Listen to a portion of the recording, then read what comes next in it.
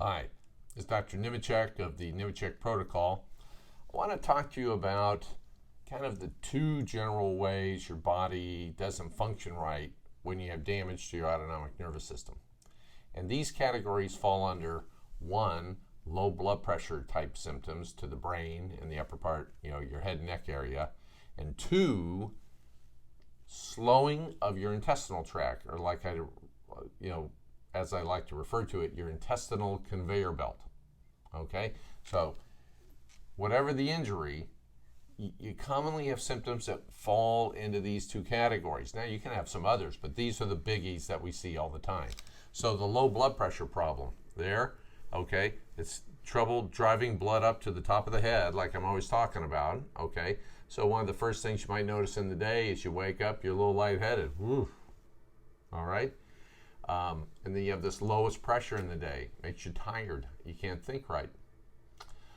Causes low pressure in the scalp and neck muscle. So in the neck, we call it Coathanger pain. This is pain that tends to be worse when you're upright and worse when you're sitting or standing still. If you go for a walk or exercise or something, that will boost pressure and that pain kind of goes away. That's how you can differentiate it from, say, an orthopedic problem. The brain doesn't like this low pressure. It makes people thirsty, hungry, makes you tired, makes you fatigued, makes you anxious, causes the nighttime potty, as we've discussed in another video. So you see this whole range of things that are all related to one common problem. Can't get pressure to your brain. Now the other kind of symptoms that people have, slowing of the intestinal conveyor belt.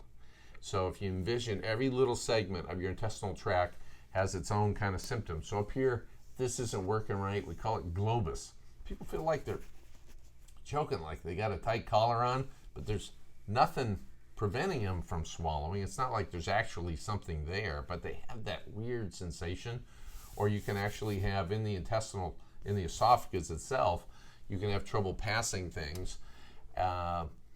This will happen with both solids and liquids. Liquids is the key part of the symptoms here to let you know this is probably neurological and not maybe an ulcer or something. Now, if you have trouble swallowing, you can get liquids down fine. It's only solids. Go see your gastroenterologist. You want to make sure you don't have a cancer or some other kind of serious thing there. The stomach. The stomach's making acid 24 hours a day, and if that's not pushing things forward along the intestinal conveyor belt, acid builds up, voila, heartburn. Make it a little worse, reflux. All right? Watch my video on heartburn and you'll understand what I'm talking about. So poor emptying of the stomach is heartburn. Now the small intestine, that's the one that wiggles all around the center of the abdomen. If that slows down, you've got bloating, cramping, and if it's bad enough, we call it irritable bowel syndrome, or IBS. It's clearly an autonomic problem. And then the one that always gets everybody is the colon. Slow forward motility, what do we call that? Constipation.